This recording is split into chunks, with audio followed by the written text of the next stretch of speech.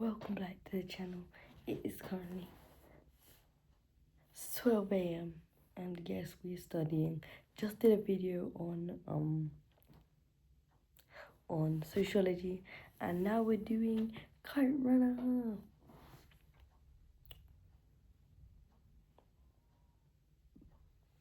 Sorry, I'm trying to do the thumbnail. Yeah, let's start. So everyone knows that I do recast A-level AQA English Literature Language 7707/2 specification, and I'm doing Kite Runner for a recast where you have to like rewrite a piece of text from the book by another character in the book. Important. But what's even harder than a recast is a commentary, which is commenting on your own work as if it's an attack that you have to. It's hard, but it's not hard because it's not something that's easy to revise because there's such a wide range of things to go over, because Kite Runner is a 500-page book and it's like this thick. So one way to get really good marks in the commentary is by knowing, in the commentary and the recast, is by using in the recast Hoesinnies' style, which is the author, using his style of writing so that you're still like linking back to the book and you're still like, it's still like a version of Kite Runner but from a different character, as if Hoesinnies himself wrote it. But you also want to be creative. You want to like steal his thing so that you can say why you used Hoesinnies' style. What does it reflect? What does it show? So I'm going to tell you a bunch of Hoesinnies' style because I've read the book like at least 3 times now because of Miss Mohammed. I'm going to tell you everything. I'm going to tell you all the styles that I've noticed that are like very dominant. Are you ready for this, guys? I don't think you're ready. Okay, you ready? First person retrospective narration. What is that? Basically, Hoesinnies uses a first person retrospective narration. It's just first person. It's just in a very intense, immense detail. First person retrospective narrator. Who knows what retrospective means, but Miss Mohammed taught me that word. Meaning the story is told by an adult looking back on his childhood events, which is a myth. This creates a dual narrative voice. The naive child experience events and reflective adult interpreting.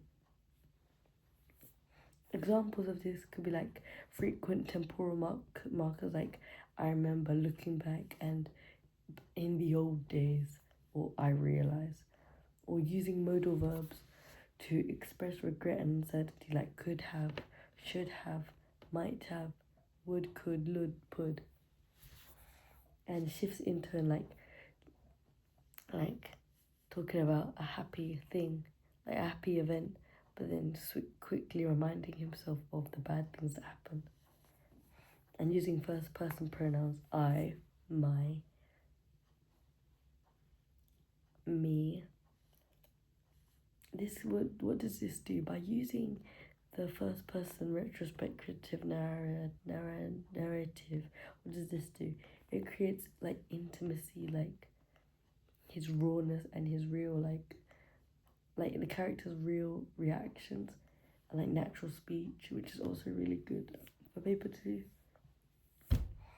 It also shows like confessional tone, like this is we're his conscience and this is his conscience speaking to us. We can see what he truly thinks about things. Like there's no sugarcoating, there's no making himself look better.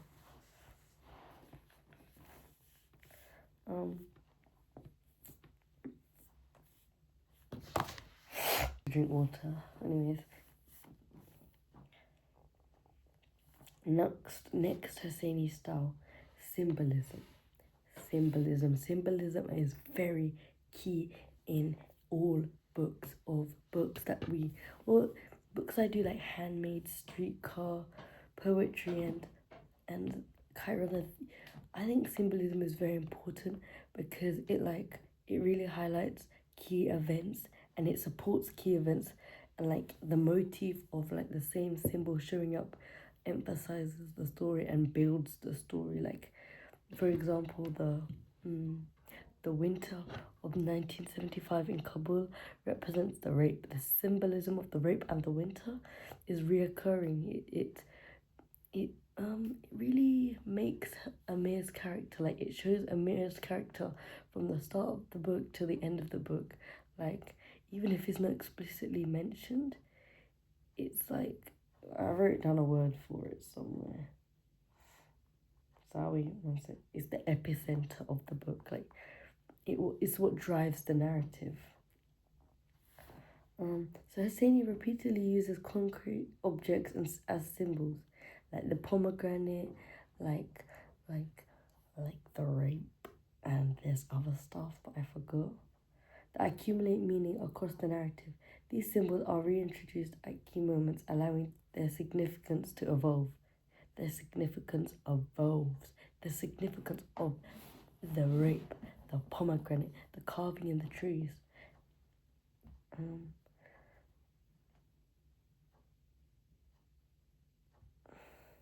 yeah. What effect does symbolism create in the Kite Runner? It makes it highlights complex themes and like events. I kind of already said all this. Allows emotional depth because like a memory or an event or an experience is attached to the symbol, therefore making that symbol and that event significant because it like there's a whole meaning behind it, encouraging readers to actively interpret meaning and increase engagement.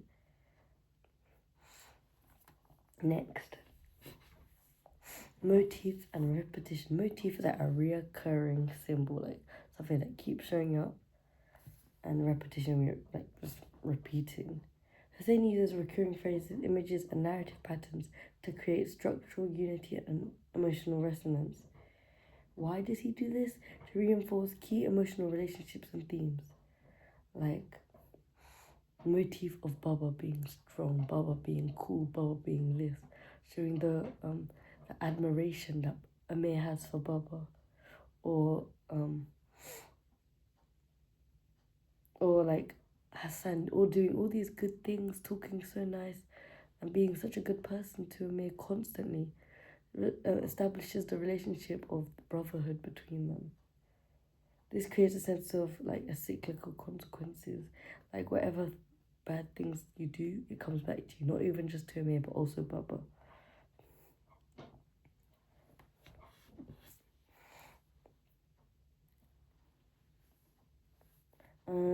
Sentence structures. Hosseini predominantly uses simple and compound sentences, avoiding excess complexity, like not making it too like cray cray, especially during emotional and traumatic scenes. This creates clear and accessible narrative voice, making emotional moments feel raw and immediate rather than just stylized and like formal. It feels like we're living whatever experience he's talking about. Next, imagery, juxtaposition, and juxtaposition. Hosseini frequently used contrast childhood innocence with sudden voice or moral corruption, often with the same scene. Yeah, he does do that. Like the kites and the winter, blood, darkness. This creates shock and emotional distance, highlighting the loss of innocence because of the war, because of the rape, because of like the shift from America to from Afghanistan to America. This forces the reader to confront the moral discomfort that Amir faces. Next, foreshadowing. Hosseini frequently hints at future events. Like in the first chapter, it started about like it was like I am who I am today or something because of the winter of 1975, which like indirectly, explicitly, explicitly links to the kite running tournament when Hassan gets raped. This reveals that something tragic will occur. I'm trying to think what else that happens. This builds tension and anticipation. It creates a sense of inevitability or fate. Like, because in order for Amir to save Sorab, like that wouldn't have happened if he didn't defend Hassan being raped. But I think I'd rather Hassan be saved from rape.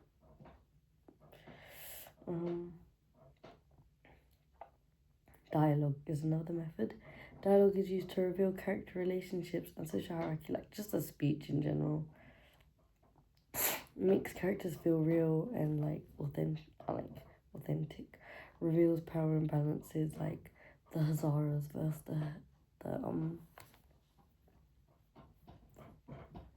versus the Pashtuns and then the Americans versus the Afghans, the doctors versus the patients.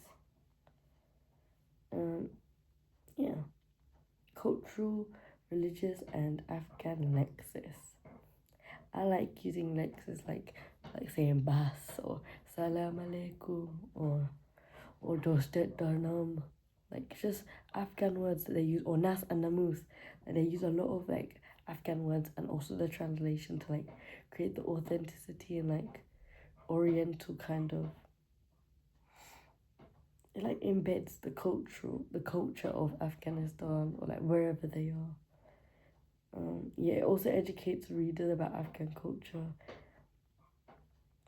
Another one is cyclical structure. This is like the cycle. The novel is structured so that the ending echoes the beginning, and it does, particularly through repeated symbols and themes. This creates a sense of closure and resolution. It does. Sorry.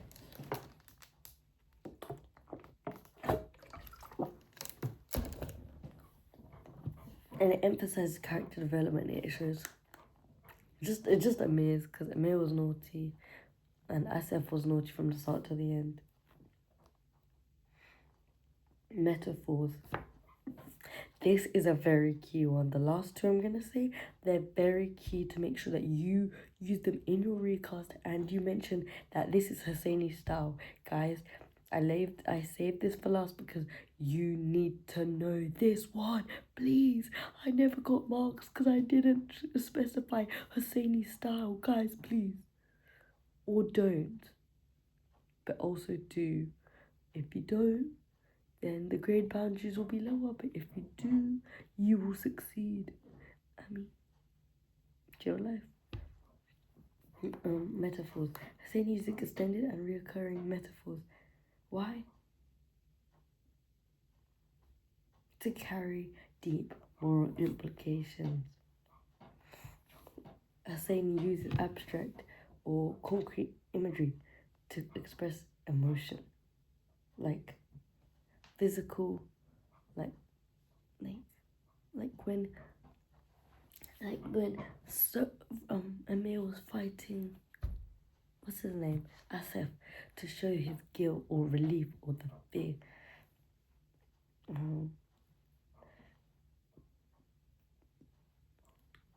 Or like violent metaphorical language to reflect inner turmoil, or like, yeah. What does this do? It makes internal emotions feel physical and unavoidable. Whatever happens in the story comes back to Amir, or whatever character happens. Like Hassan almost was like trying to throw his slingshot into Asif.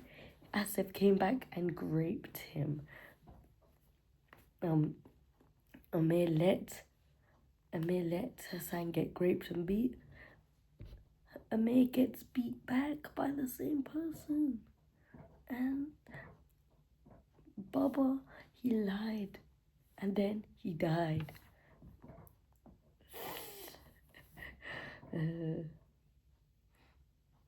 What did this do?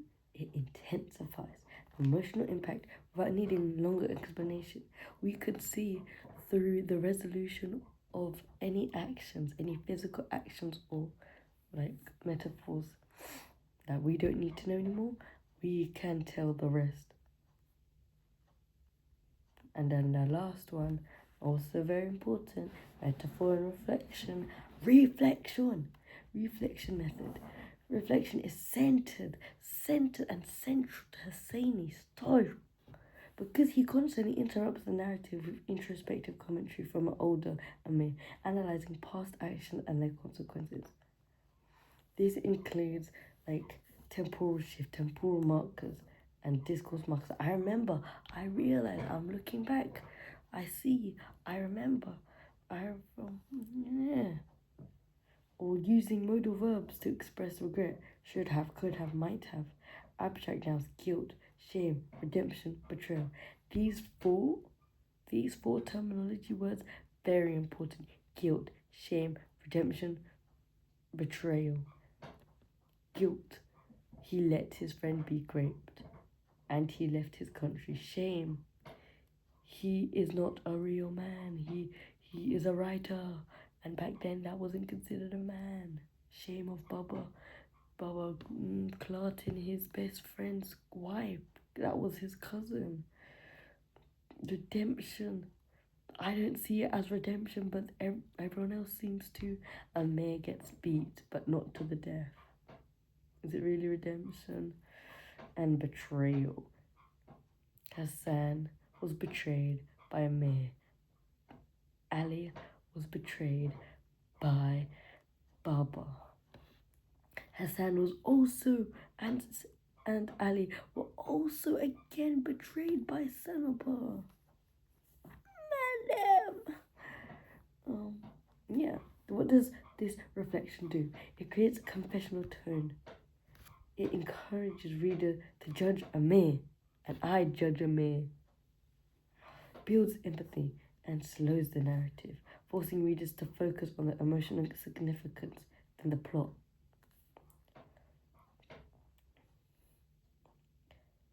And that's it, guys. I hope you use this video or don't. It doesn't matter to me because I just revised. First I made those notes and then I revised. Win-win for me, guys. I will see you in the next video. Comment what you want to see, but I only do media, English and sociology, so I won't do anything other than that unless you want to talk politics. I'm not that good, but I'll do it. Bye, guys. See you in the next video.